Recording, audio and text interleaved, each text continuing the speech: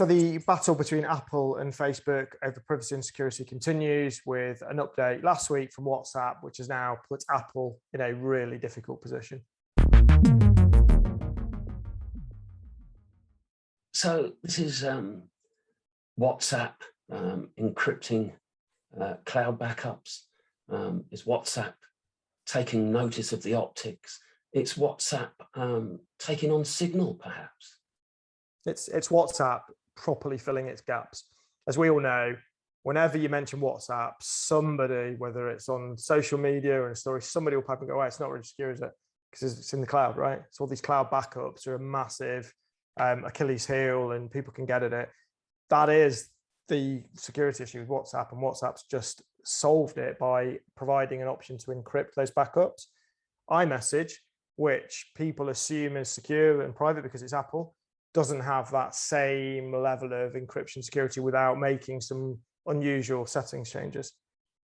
I think it's a way of showing that Facebook is listening to the public by adding these features in their WhatsApp platform, which is great. You know, maybe they were worried that people were really going to flock across to Signal and Telegram and actually end up using them as their only platform. I mean, that really would ruffle some feathers. But even so, the fact is they're offering more security and privacy at the core of their platform that might just keep those users happy for the future.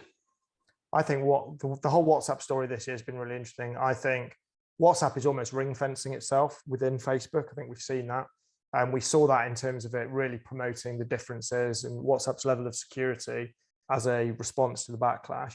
But we forget about WhatsApp. We all talk about it as a messenger. It's a huge global phone company. You know, the number of calls and video calls that take place on WhatsApp every day across its 2 billion users, all of which are end-to-end encrypted. It's a much more secure way to make a phone call than it is to use a normal phone line. But we don't think about that because it started life as a messenger, so we consider it a messenger. WhatsApp is now this position almost like this quasi-regulated global phone network, where when Facebook tried to mess with it earlier in the year, there were regulatory pushback in some of its key markets. And I think it's going to be quite interesting now to see what Facebook does with WhatsApp. How can it monetize it in the way that it wanted to? And how's this going to compete now with iMessage? What's our message to viewers? Should they be sticking with iMessage, or should they be flocking to WhatsApp?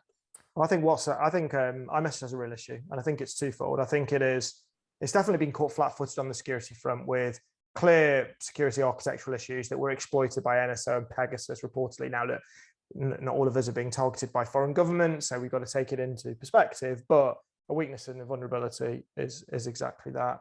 But the other thing Apple's doing is it's not jumping on board with RCS, which is the rich communication service, like, you know, SMS 2.0, if you like, that Google has adopted in Android messages and has now added encryption to. So we now have iMessage and encrypted Google messages can't talk to each other on an encrypted basis, right? So massively pointless as an encrypted platform that both fall back onto unsecure SMS if you want to talk to someone on a different ecosystem.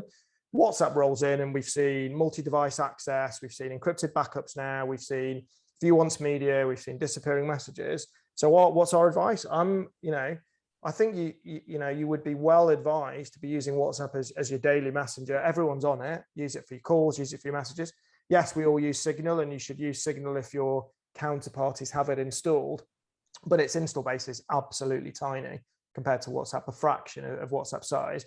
Better to use WhatsApp than to be using a combination of Signal and standard network technologies.